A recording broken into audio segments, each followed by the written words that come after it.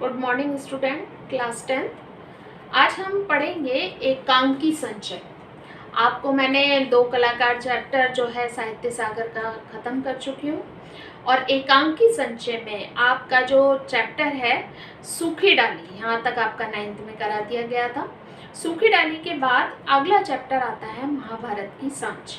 महाभारत, जैसे कि आपको नाम से ही पता चल रहा है कि महाभारत जो था वो एक युद्ध था और ये युद्ध जो हुआ था वो बहुत पुराने ज़माने में ये युद्ध बहुत बड़ा युद्ध कहा जाता है। महाभारत की सांच, सांच मीन्स होती है शाम। जब महाभारत का युद्ध जो था वो समाप्त हो गया तो उसकी शाम, मतलब जब समाप्त होने के बाद उसकी एक शाम का वर्णन इस कहानी में किया गया है कि महाभारत की जब युद्ध समाप्त होने के बाद जब शाम हुई तो उस शाम को क्या हुआ इसका वर्णन यहाँ पर किया गया है।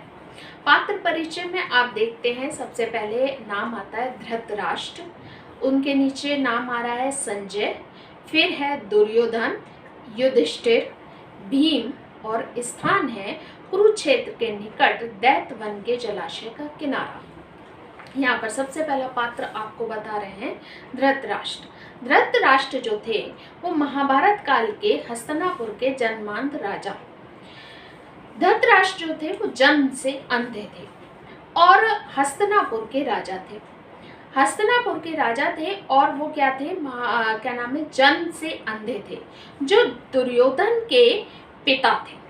दुर्योधन उनका बेटा था और वो जो धृतराष्ट्र थे वो उनके पिता थे। पांडु उनके छोटे भाई और पांडव भतीजे थे। पांडु जो थे वो धृतराष्ट्र के छोटे भाई थे। पहली बात ये समझ लीजिए कि धृतराष्ट्र और पांडु जो थे वो दो भाई थे।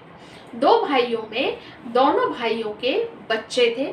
दोनों भाइयों के बच्चों में धृतराष्ट्र जो थे वो उनके 100 बेटे थे और जो पांडु थे उनके जो थे वो 5 बेटे यहाँ पर बताए गए हैं जो इस चैप्टर में हैं।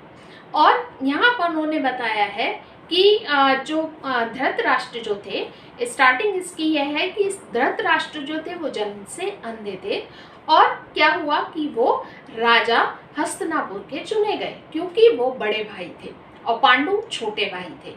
तो पांडु जब छोटे भाई थे तो ये क्या नाम है, राज्य का ये रूल होता है, ये कानून होता है कि जो बड़ा भाई होता है वो ही राजा बनता है। तो धृतराष्ट्र को राजा बनाया गया किंतु वो जन्म से अंधे थे, इस कारण वो राज्य चलाने में असमर्थ थे। उनको राज्य चलाने में बहुत ज़्यादा परेशानी थी क्योंकि वो जन्म से अंधे थे।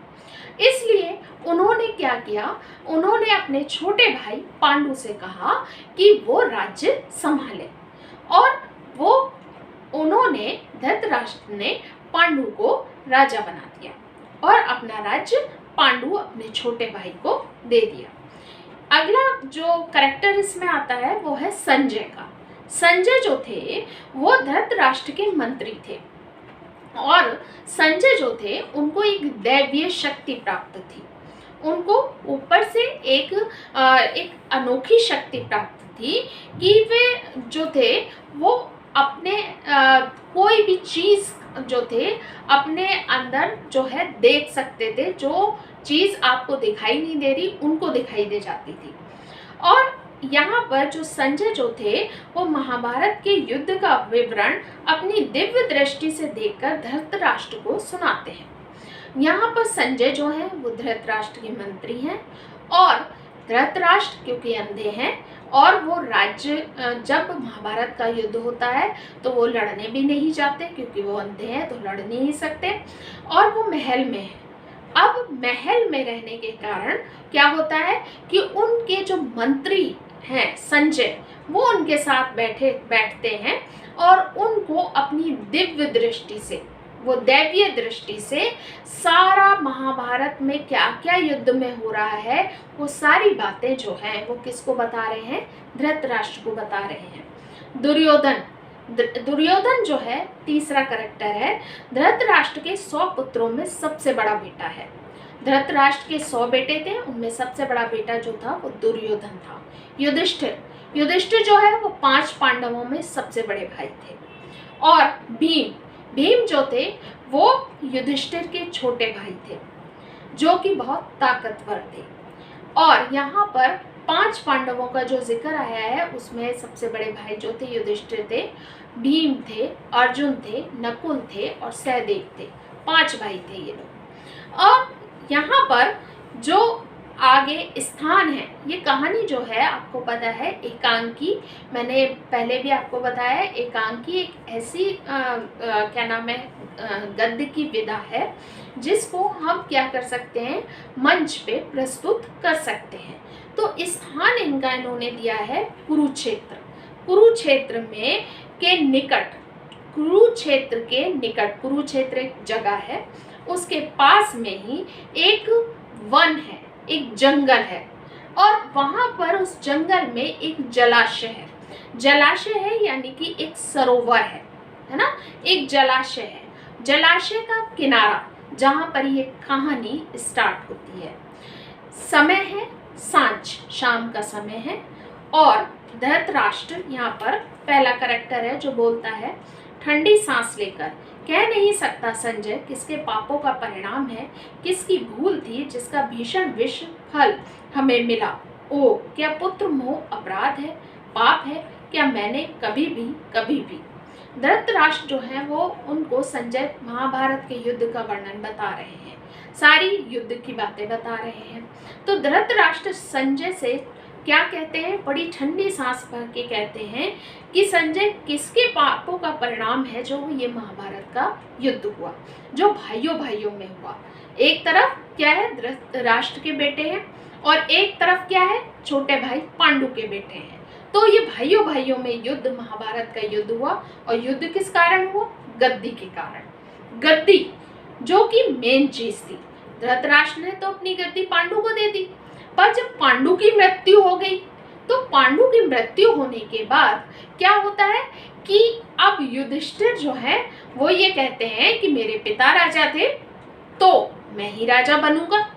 इधर दुर्योधन ये कहते हैं, जो कि धृतराष्ट्र के बेटे हैं, कि राज्य मेरे पिता का है, मेरे पिता का था, वो तो तुम्हारे पिता को संभालने के लिए दिया था, तो मुझे राजा होना चाहिए। तो दोनों भाइयों में इस बात पे क्या हुआ, युद्ध हुआ। एक गद्दी के लिए महाभारत का इतना बड़ा युद्ध हुआ था। धृतराष्ट्र के बेटे दुर्योधन ये कहते हैं कि राज्य मेरे बाप का था, मेरे पिता का था, तो गद्दी मुझे मिलनी चाहिए। पांडु जो उनके बेटे जो थे युधिष्ठिर, पांडु के बेटे थे, पांडु के बेटे ये कहते हैं युधिष्ठिर, क्योंकि मेरे पिता गद्दी पर बैठे हुए थे तो उनकी मृत्यु के पश्चात बेटे का, बड़े बेटे का अधिकार होता है गद्दी पर बैठने का। इस बात पर महाभारत का युद्ध हुआ। अब धृतराष्ट्र कह रहे हैं कि पता नहीं किसने जो है पाप किया, जो घर ही घर में क्या हुआ, लड़ाई हुई। इस किसकी भूल थी, किसका भीषण विष फल हमें मिला, किसकी भूल थी कि इतना विष फल, जहर से भरा हुआ फल हमें प्राप्त हुआ। ओ क्या पुत्र मोह अपराध है, पाप है क्या मैंने कभी भी।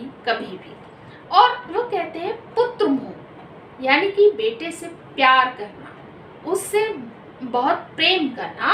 क्या मैंने ये बहुत बड़ा अपराध किया, क्या मैंने दुर्योधन को बहुत प्रेम से पाला, उसको बहुत ज़्यादा प्यार किया, तो इस वजह से वो इतना ज़्यादा बिगड़ गया, तो ये क्या मैंने अपराध किया। संजय शांत हो महाराज, जो हो चुका उस पर शोक करना व्यर्थ है।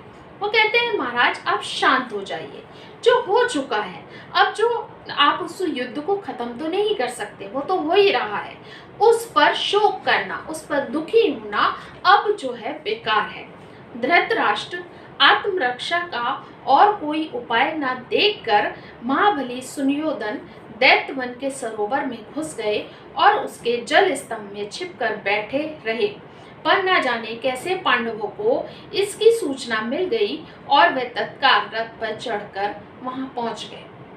और यहाँ पर उन्होंने बताया है कि महाभारत का जब युद्ध समाप्त होता है, और युद्ध समाप्त होने के बाद जो है यहाँ पर क्या नाम है, जो संजय है वो धृतराष्ट्र को उन्होंने बताया कि आत्मरक्षा का, युद्ध समाप्त हुआ, पांडव जीते। पांडव जब जीते तो दुर्योधन ने देखा कि उसके सारे भाई मारे गए, हार गया वो, उसके हथियार भी खत्म हो गए, हथियार भी समाप्त हो गए।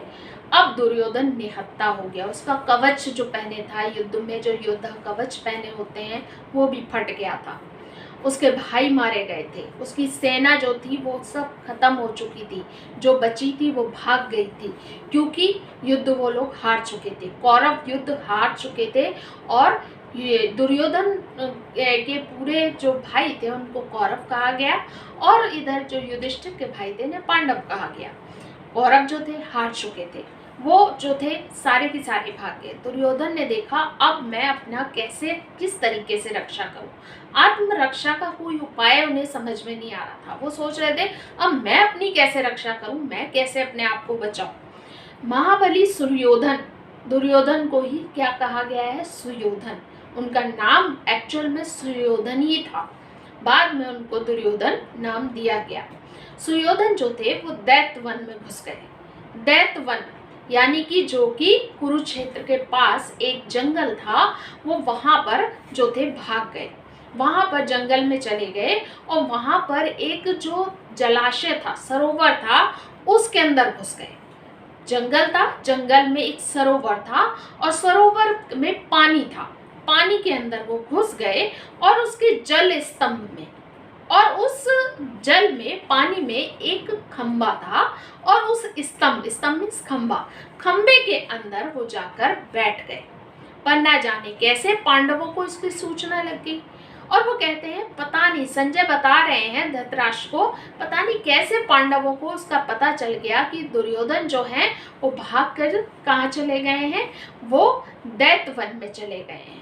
और इसकी सूचना उन्हें मिल गई, और वे तत्काल रथ पर चढ़कर वहां पहुंच गए, और वो तुरंत ही रथ पर चढ़कर जो थे वो कहाँ पहुंच गए, वो वहां दैत्य वन में पहुंच गए।